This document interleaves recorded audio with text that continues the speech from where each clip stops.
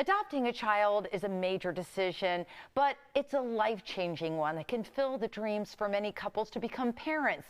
And for children being adopted, they will find themselves in loving homes. But there are many avenues that you can take. Joining us now is the Executive Director of the Adoption Consultancy, Nicole Witt, with tips for adopting a newborn. Welcome to Bloom, Nicole. Thank you so much for having me. It's good to see you. It's good to see you too. So you just heard the amazing journey of daytime co-host Farron Hip, and hers was a kinship adoption. She still had to go through a lot of the regular, avenues to adopt, but there are many different ways that people can approach this life journey. Absolutely, and not that many people have the option of a kinship adoption, so that basically leaves either international adoption or in the U.S. adopting from the foster care system or private adoption.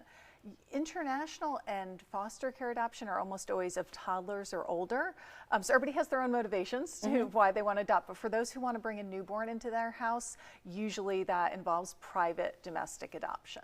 Now, it's been a while since I've done stories back when I was wearing my journalism hat over at Channel 8 of international adoptions. And some families say they went that route because it was easier than trying to deal with the foster care system domestically. Is that still the case, or have they cut some of that red tape down? Everything is so different now, of course. With international adoption, it's still really hard, especially with all the country closures that happened and the travel restrictions with COVID. A lot of the programs have closed down or have very long waits. Foster adoption has always been tricky and has had a lot of red tape, probably more so than international adoption. Again, private adoption of newborns is actually probably one of the faster approaches and can be a little bit simpler, but it has a lot more unknowns throughout the process. So there are pros and cons to every approach. Now, is it true, because a lot of people say, well, I don't know if I want to do this, it could take years for me to get a baby. Is that the case? It can. It doesn't have to. There are ways to be more proactive about how you approach it. A lot of the clients I work with adopt in only a few months, but it's such an overwhelming process, right? So most people don't know how to approach it, and they may just sign up with a local agency that they heard good things about, and some agencies have shorter wait times and some have longer wait times, but you can be more proactive. For example, you can sign up with several agencies, which is something a lot of people don't know, and that's of course going to provide more opportunities and things can go faster. So you can approach it in a way where it doesn't need to take that long. Now, while this is a beautiful journey, it can be also an emotional journey for parents. Very. And one of the biggest fears is that at the last minute, the adoptive mom changes her mind.